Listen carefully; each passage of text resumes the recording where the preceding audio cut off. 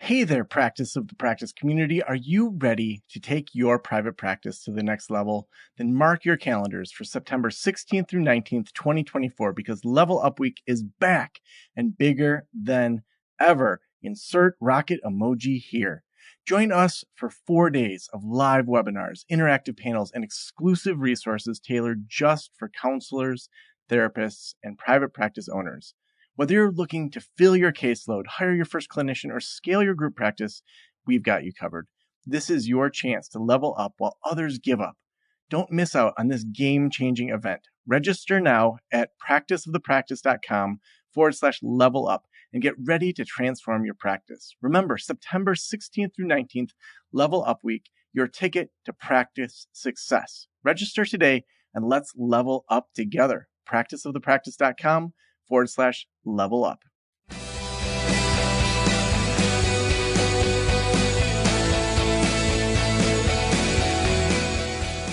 This is the Practice of the Practice podcast with Joe Sanok, session number 1074.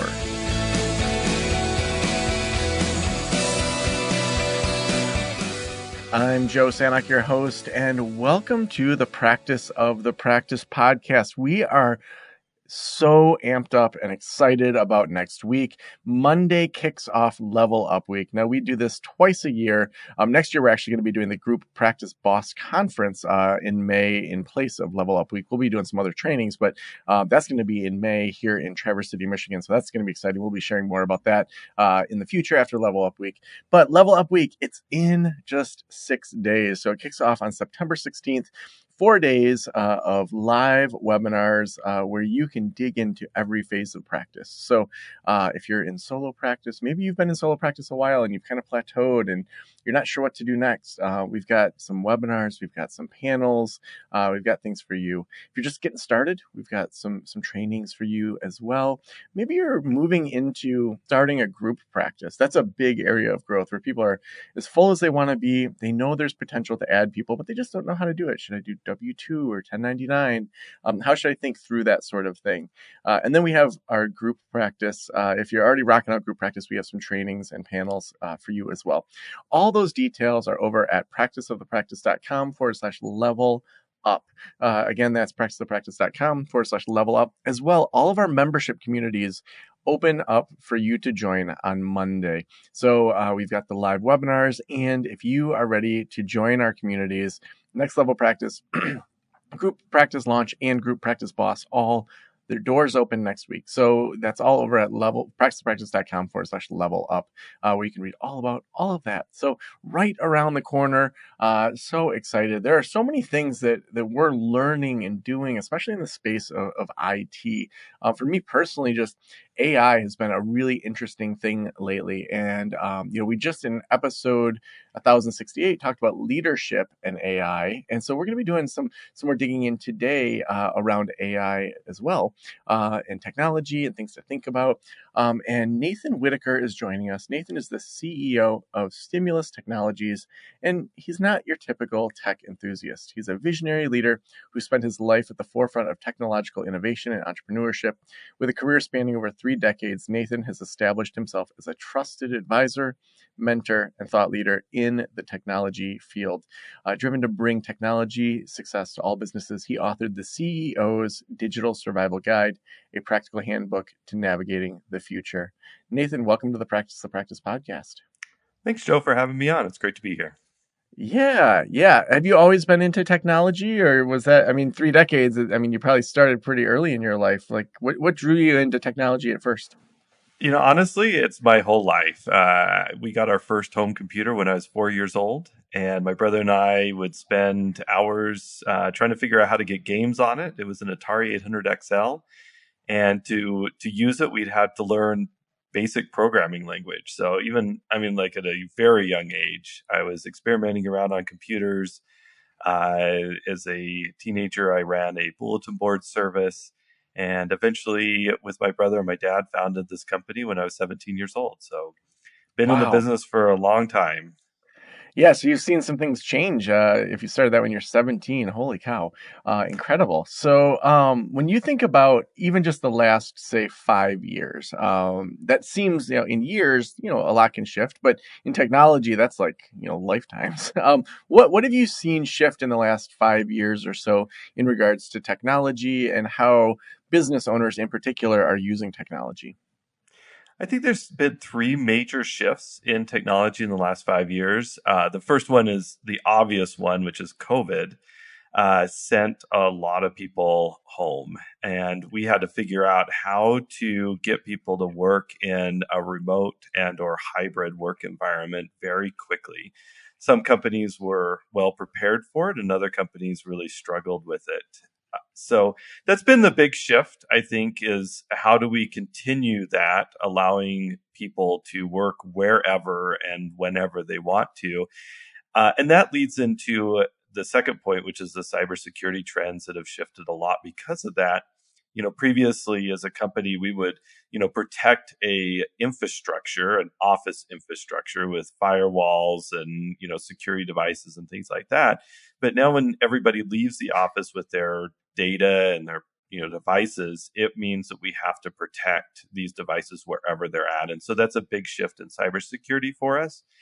And then the last one is generative AI that's become available to the public. AI has been around for a very long time. The concept of AI started in the 1950s, but it's been a big shift in the last 2 years with ChatGPT coming out and being publicly available that people are talking about it. So those are in the last 5 years, those have been the three biggest shifts that I've seen.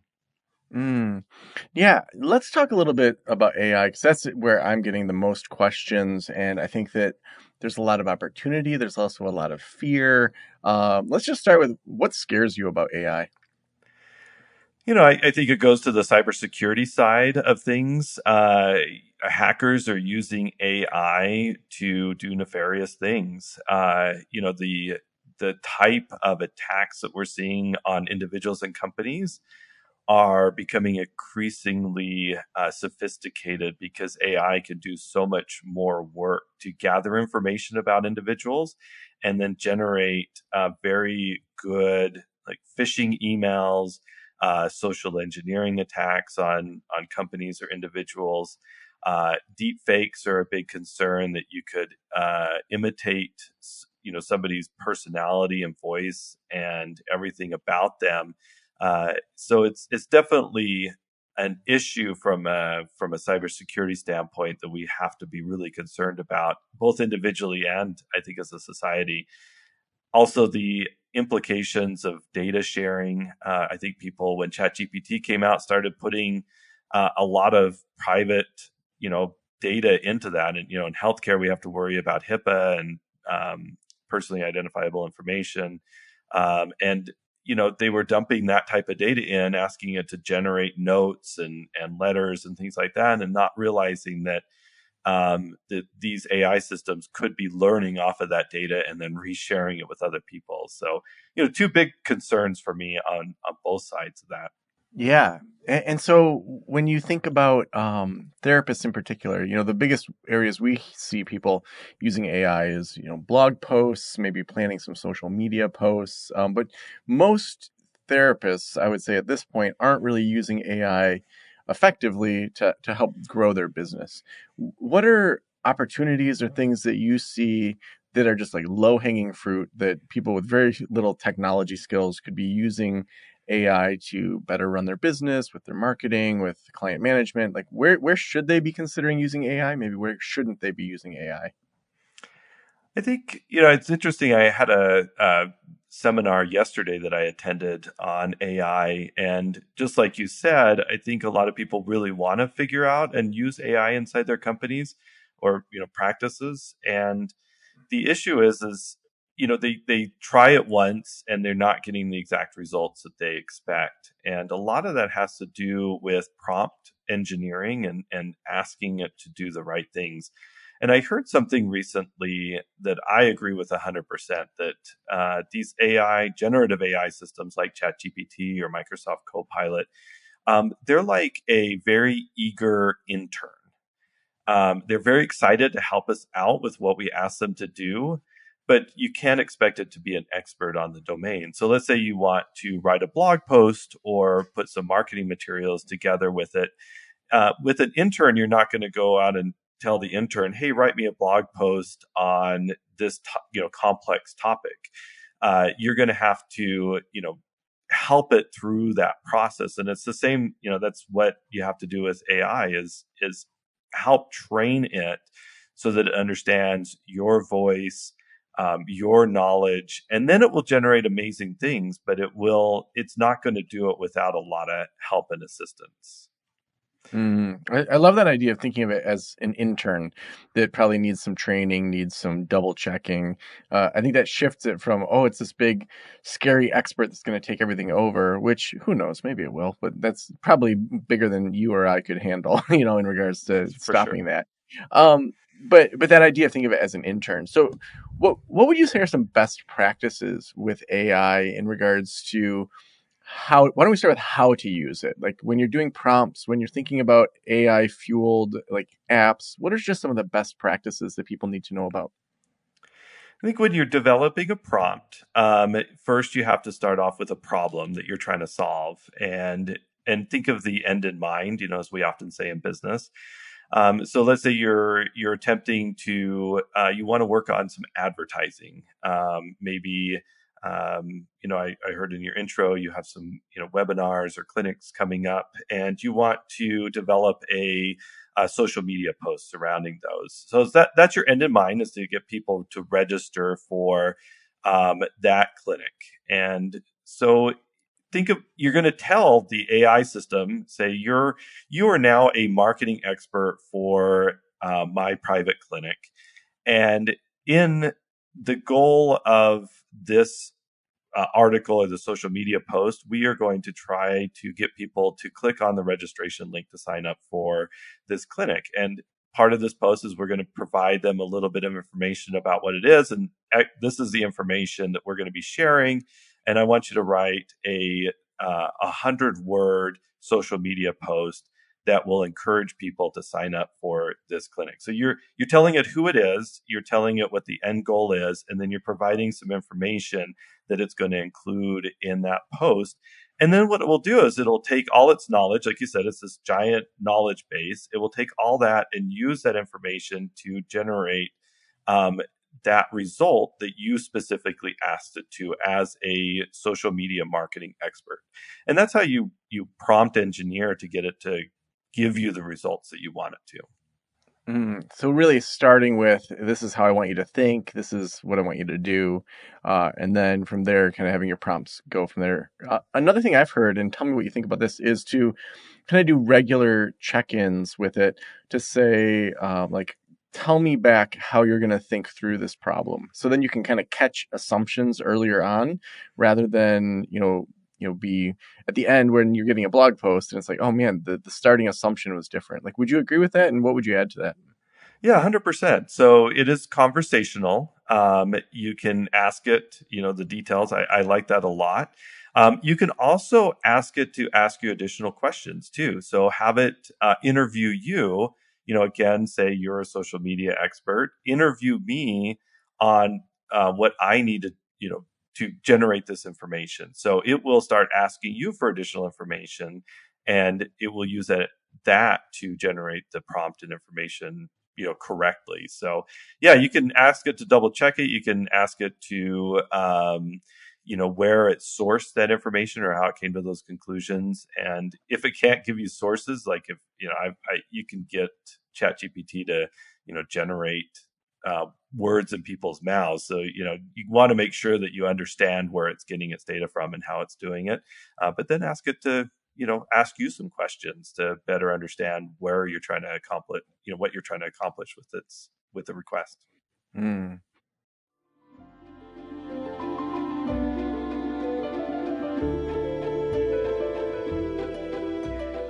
Do you often find yourself overwhelmed by the influx of client calls you receive?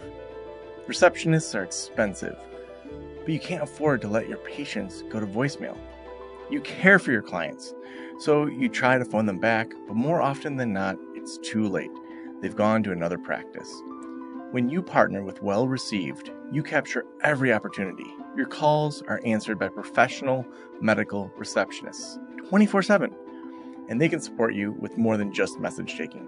They offer new patient intake, after-hours service, bilingual services, medical appointment scheduling, medical live chat, and so much more. All this at a fraction of the cost of an in-house receptionist. Your patients are Well Received's priority. As a Practice of the Practice listener, you can get an exclusive 50% off your first 2 months of service. Head on over to wellreceived.com/Joe to start growing your practice today. Now, what are other kind of ways that you would say entrepreneurs need to be thinking about technology? And so, I mean, you wrote this awesome book, The CEO's Digital Survival Guide. If we're thinking about digital survival, what are other concepts? Sometimes we talk about the practical, like implementation, like you should be doing this task. I'd like to kind of move backward and kind of say, are there strategies or mindsets that you'd want to maybe challenge or teach people that can then lead into better tasks when they get to what they're actually doing? So I think, when you start talking about technology, it's really revolutionized the way that we do business. And we've worked with hundreds of clients, probably close to 1,000 different businesses over the years, and I've seen many of them thrive as they've implemented and used the latest technologies, and others struggle when they fight against the technology trends. Um, and so, there's constant new technologies out there, whether it's AI or, we saw the cloud 10, 15 years ago really take over the way that we operate and allows us, work from anywhere type environment. So it's, staying on top of the new trends and, being a relatively early adopter of these gives you such a competitive advantage over other businesses that are struggling or trying to work in the environment. So just simple things like put yourself in the customer's shoes and say, okay, how is my client interacting with me, and how can I make that more seamless for the customer to work with me? Is there a system that I can implement to make appointment setting easier, or to provide securely information into our systems? And I think that's what puts one company at a big advantage over another is making that interaction as seamless as possible. And there's constant new technologies. Talking about AI again, is there a way to use virtual assistant, a AI virtual assistant, to help customers fill out forms or provide information to the practice securely? Just looking at different ways of solving problems to make the customer experience the best it can be. Yeah, I think looking at that user experience, that customer flow is so important. It seems like a lot of practices don't have a good flow. Also, they have unnecessary clicks where it's like, they go to a contact us page and then it has, they click on something else that then takes them to a intake page, and then it takes them to maybe a schedule if you're lucky, but then it becomes a contact us form that then someone has to call you back instead of just being able to schedule. To me, that's so important to just reduce that friction between I want to schedule a counseling appointment and I'm now able to schedule a counseling appointment. So removing as much of that friction as possible. What else would you say mindset wise is important before we get into more of the strategy side of it? Um, I think one of the things that I've always encouraged our customers to do, our clients to do, is don't think about technology as just technology itself. Start with a business strategy first, and then see if there's a technology solution to solve the business strategy. So it's again, putting that, begin with the end in mind. What is a problem I have in my business, in my operations, either for myself that's that I could automate or make better, or for that customer experience to be better, and then see if there's a technological solution to solve that. So it's always, I find that companies or individuals that are always chasing the latest technology, or buying the latest piece of software or tool, and then they aren't able to fully implement it because they're not solving a real problem. They're just implementing this this new technology, and those are the ones that struggle and get frustrated because there isn't a good adoption of it. So starting with a business problem first, and then figuring out a technology way of doing it, and then working with a good consultant or technology provider that can help them through that process. So a lot of people, especially in small practices, are trying to do a lot of this themselves, and having somebody to guide them through that process, I think, is an essential part of it, because there's so many different aspects of technology that you might not know that needs to come together to make it work. So Hmm. having that guide helping you through that process. Yeah, what are things that I mean, you work with a lot of people in the medical technology world. What are other things that people miss that they could be working on, that they could have a technology expert work on? Because I think sometimes therapists are like, we have a pretty simple business, and in a lot of ways we do. We've maybe got a website. You have your EHR, like therapy notes. You may have other things like an assistant, or maybe some of your billing type of things. And then maybe you're online with counseling, or maybe it's just in person. To most therapists, it's like, why would I need a technology consultant? I've got some pretty simple platforms here, pretty lean business. Like, what are things that in what I just framed out that we might miss, that are opportunities to enhance the business or to protect the business? I think it's the second part of it, is the protection. I think a lot of small practitioners, solo practitioners or small office, think that they're too small to be a target of cybercrime.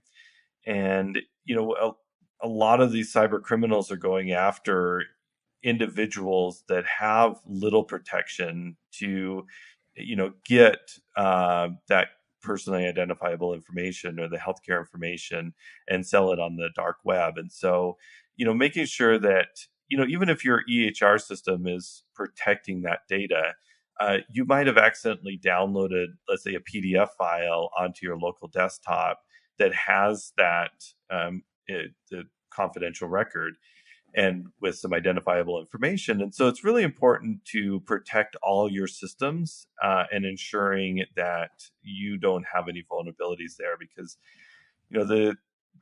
the states and not just the federal government with HIPAA, but the states have huge fines to go after these practitioners that aren't protecting their records well. And so it's important to make sure that all your systems are protected. There's data encryption if you're using a laptop, for example, to have full disk encryption turned on, and then have monitoring systems to make sure that somebody's not accessing your emails or your devices without you knowing. So criminals aren't just going after large hospitals, they're going after individual practitioners. And so having all those security programs in place is really essential. And it's changed quite a bit, because we're storing so much in the cloud. Whether you're using Google's system, the Google apps, or Microsoft 365, these are very vulnerable environments, because these big companies are worried about protecting their environment, but not worried about protecting the individual customers. And so you have to add on a lot of security to make sure that those environments are protected and backed up.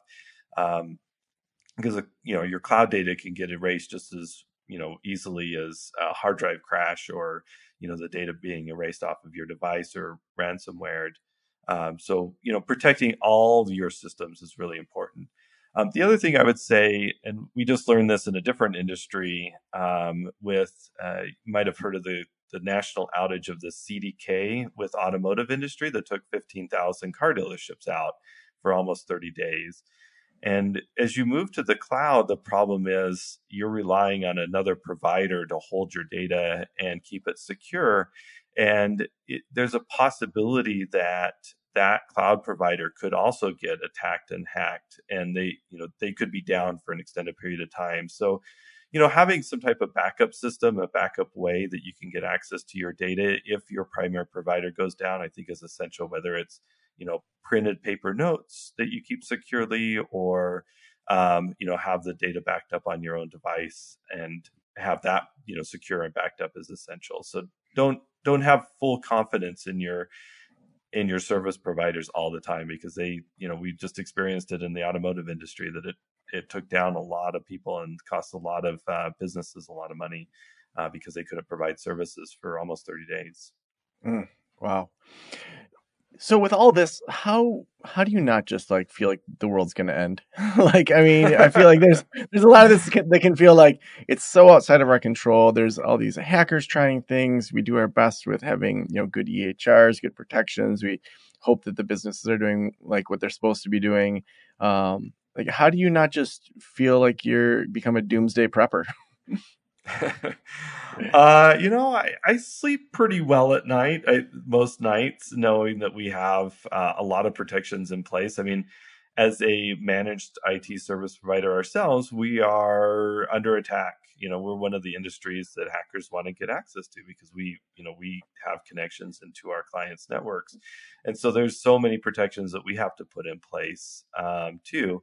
And, I feel that as long as you're staying ahead with with these cybersecurity technologies, I feel confident that there's sufficient protections in place.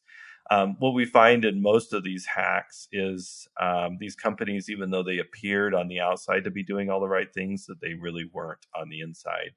CDK is a good example of that. That they were running 20-year-old technology, and they weren't making their clients aware of how ancient their systems were. And so it's really understanding who your providers are that you're working with, your IT solution providers, your cloud providers, and making sure that they're staying current. And then you're just doing everything you can to protect against it. We recently went through and looked at everything we're doing for our clients, and there was 72 line items on our spreadsheet of tools and services that we provide our clients for a variety of reasons. And we've had to add on. I mean, 10, 15 years ago, it might have been a half a dozen that we were doing, and now it's 72. So unfortunately, it's good business for us to keep people protected, but it's a lot of work, and it's become such a complex task for IT and cybersecurity providers to keep their clients safe. And so that's why, you really need somebody to help you with it, because it's a lot to do. Yeah, for sure. Well, the last question I always ask is, if every private practitioner in the world were listening right now, what would you want them to know? So I think it goes back to your, question before, is that, you don't have to feel overwhelmed by all this technology. That there are people out there that are, trying to help companies and individuals to succeed in the digital world. So trust and find and trust a guide to help you through this that you feel confident in. And that's the reason I wrote my book, The CEO's Digital Survival Guide, is to help business owners, whether it's a solo practitioner or a large enterprise, really understand what's going on out there and make the stories relatable to real life. I think individuals get overwhelmed by all the acronyms and things that we talk about in our industry, and really it's not as scary as it has to be, as long as you have somebody leading you through the process correctly. So awesome. Well, if people want to get your book, if they want to connect with you more, where should we send them? So best thing to do is connect with me on LinkedIn. So if you look up my name, my last name is spelled a little differently, Whittacre. So Nathan Whittacre. And if anybody, for the top three people that, or the first three people that connect with me on LinkedIn, just say, I heard you on the podcast, I'd like a copy of your book. Happy to send you a copy of the book. You can also find it on Amazon, the CEO's Digital Survival Guide. It's available there. So awesome. Well, Nathan, thank you so much for being on the Practice of the Practice podcast. And thank you for having me. Appreciate the conversation.